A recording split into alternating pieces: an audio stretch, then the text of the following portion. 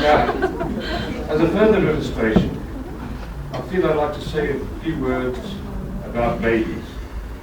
But how wise it goes. The old folks all look relaxed. I don't mean the making of babies, I mean the describing babies. When men talk about cars and describe cars to each other, they'll talk about how many cylinders, what configuration, inline, V-shape, what's the total capacity of the cylinders, what's the compression ratio. Engine size, Dad, normally.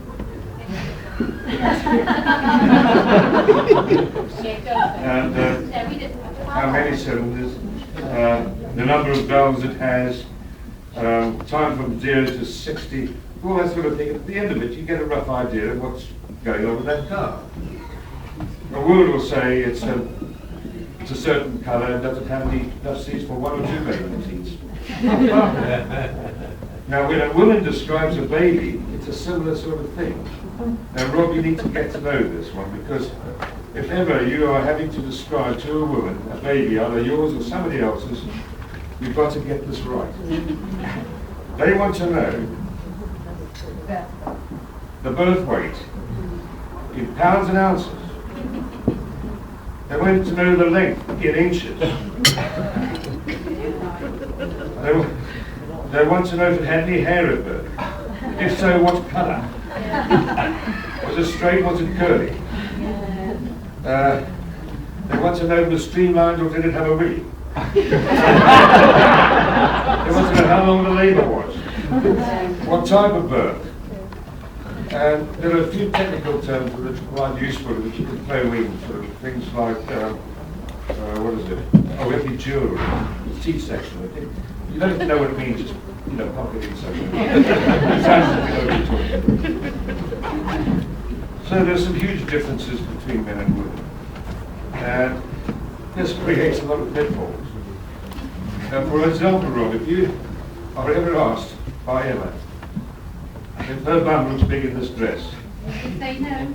let me assure you, you are in danger. You are on thin ice in the middle of a bloody lake. If you say yes, you're dead. If you say no, you're still in danger. Because it means you're suggesting that the dress she was wearing before, her bum was bigger than that. So you've got to think very carefully before you answer that. Very difficult. So, they're likely to be manly and masterful, but won't be tied to mean to contradict any decision they previously made. But there are some important decisions you must reserve for yourself. Which football team we going to support? Which is the best real ale to drink? So keep those important decisions to yourself. There's only one other point I'd really like to make on this occasion. In the unlikely event that you have a slight argument, disagreement, spat, whatever you like to call it, make sure you never go to bed without having the very last word.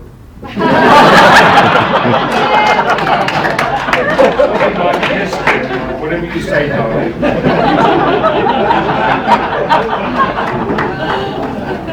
I should also be remembered that women can be very sympathetic, kind and nice.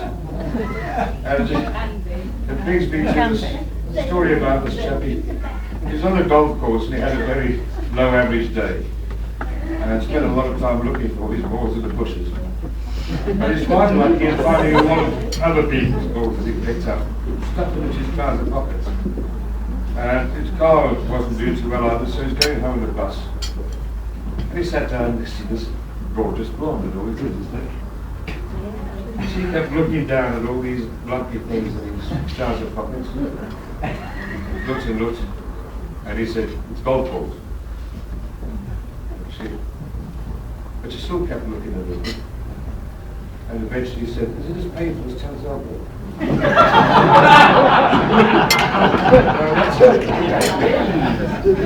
It's my very pleasant duty to ask you to join with me in drinking the happiness, future health, and wealth of Robert. And to this end, I'll ask you to be upstanding. toast their health. To the bride and groom. Bride and groom.